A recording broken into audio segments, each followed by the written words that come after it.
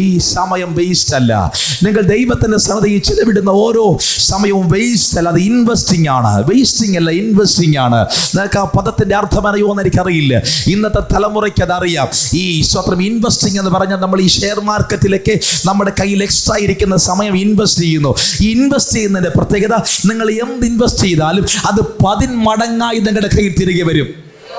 നിങ്ങൾ കേട്ടില്ല? നിങ്ങൾ എന്ത് ഇൻവെസ്റ്റ് ചെയ്താലും അതിന്റെ 10 മടങ്ങായി നിങ്ങളുടെ കയ്യിൽ തിരികെ വരും. നിങ്ങൾ ദൈവത്തിന്റെ സന്നിധിയിൽ ഇൻവെസ്റ്റ് ചെയ്യുന്ന ഈ സമയം ദൈവം നിങ്ങൾക്ക് 10 മടങ്ങായി അനുഗ്രഹമായി തിരികെ തരാൻ പോകുക. ഒരു നല്ല ആമേൻ പറഞ്ഞാട്ടെ. ചില മാസങ്ങൾക്ക് പുറകിൽ ഞങ്ങൾക്ക് മണിപ്പൂരിലൊരു യോഗം നടന്നു. ഈ മണിപ്പൂരിൽ ഇപ്പൊ ഭയങ്കര പ്രശ്നം നടക്കുന്ന സമയമാണ്. ആ സ്ഥലങ്ങളൊക്കെ സന്ദർശിക്കാൻ, ചില ക്യാമ്പുകളെ സന്ദർശിക്കാൻ, അവർക്ക് കുറച്ച് കാര്യങ്ങളൊക്കെ കൊണ്ടുകൊടുക്കാൻ ദൈവത്തിന് കൃപ നൽകി.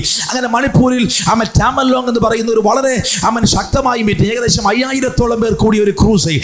ആ ക്രൂസൈഡിന്റെ 2ാമത്തെ ദിവസം ഞങ്ങളുടെ ടീമിന്റെ ഒരു സഹോദരൻ അവിടെ ഉള്ള ഒരു ഷോപ്പിൽ പോയി. ഈ സലൂൺ എന്ന് പറഞ്ഞ ഈ ബാർബർ ഷോപ്പിൽ അദ്ദേഹത്തിന്റെ മുടി ഒന്ന് കട്ട് ചെയ്യാൻ വേണ്ടി പോയി. അങ്ങനെ അദ്ദേഹം ഈ സ്വത്രം ഷോപ്പിൽ പോയപ്പോൾ ആ ഷോപ്പ് കീപ്പർ അദ്ദേഹം ചോദിച്ചു, നിങ്ങൾ ആ മീറ്റിംഗ് നടത്താൻ വന്നവരല്ലേ? അദ്ദേഹം പറഞ്ഞു, അതെ സ്വത്രം. അദ്ദേഹത്തിന്റെ മുടി ആ മനുഷ്യൻ നന്നായി വെട്ടിക്കൊടുത്തിട്ട് പറഞ്ഞു, ഇതിനെനിക്ക് ക്യാഷ് വേണ്ട, ഇതിന് ഞാൻ ക്യാഷ് മേടിക്കത്തില്ല. നിങ്ങൾ സ്വത്രം യേശുവിനെ പ്രസംഗിക്കാൻ വന്നതുകൊണ്ട് ഇത് കർത്താവിന്റെ നാമത്തിന് വേണ്ടി ഞാൻ ഈ സമയത്തെ വിട്ടു തരുന്നു. സ്വത്രം. ആ മനുഷ്യൻ ഇത് പറഞ്ഞിട്ട് അദ്ദേഹത്തെ നിർബന്ധിച്ച് പൈസ കൊടുത്തിട്ട് മേടിച്ചില്ല.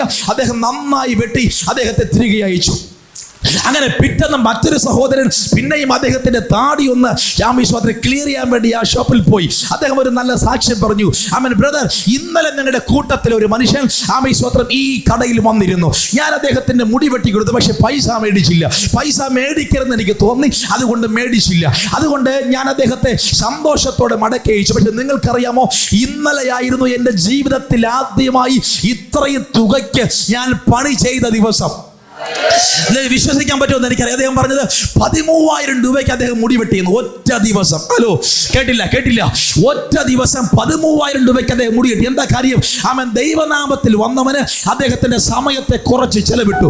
ഇന്ന് പകൽ നിങ്ങൾ ഇവിടെ ഇരുന്ന് ദൈവ ശബ്ദം കേൾക്കുന്ന ഈ സമയം വേസ്റ്റിംഗ് ടൈം അല്ല, ഇൻവെസ്റ്റിംഗ് ടൈമാണ്.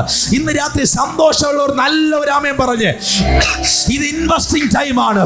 നിങ്ങൾ ഈ ദിവസങ്ങൾ ദൈവസന്നിധിയിൽ ഇരിക്കുന്നത്, ഉപവസിക്കുന്നത്, പ്രാർത്ഥിക്കുന്നത്, നിങ്ങളുടെ വിഷയങ്ങൾ ദൈവത്തിന്റെ അടുക്കൽ പറയുന്നത് സമയം കളയാനല്ല, നിങ്ങൾ ദൈവത്തിന്റെ അടുക്കൽ ചെലവിടുന്ന സമയമാകട്ടെ, സമ്പത്താകട്ടെ, ആരോഗ്യമാകട്ടെ 100 മടങ്ങായി നിങ്ങളുടെ അടുക്കൽ മടങ്ങി വരാൻ പോയാണ്.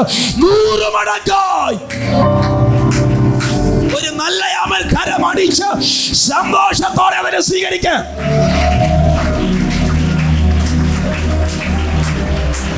Hallelujah.